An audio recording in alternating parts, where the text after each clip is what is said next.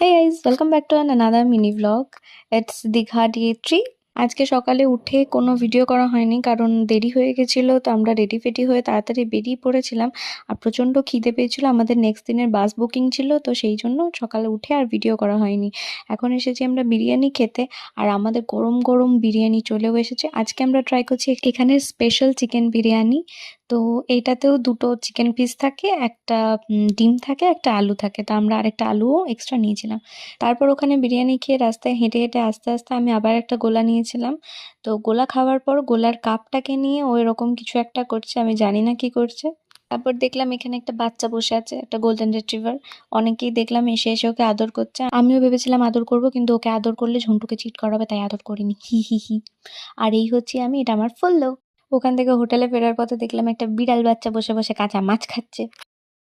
তাই আমি রেডি হয়ে গেছি, তো এখন বেরোচ্ছি জগন্নাথ মন্দির যাবো বলে। মেরা পার্সোনাল ফটোগ্রাফার।